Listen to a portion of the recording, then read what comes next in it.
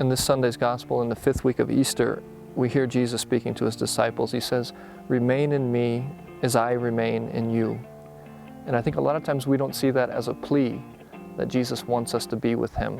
Jesus wants us to remain in him, and he wants to remain in us.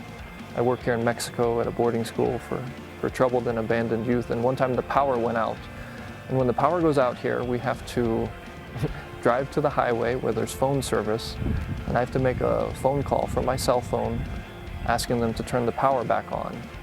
And so the boys saw me leaving, and they all wanted to go with me.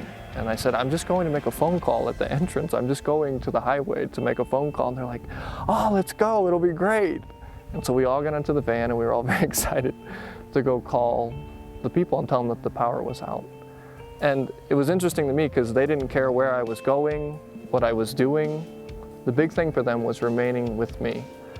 And then in the end, I realized that I wanted to be with them, and it didn't matter if I was bored, if I was going to report that the power had gone out, that I went to pay a bill, whatever I was doing.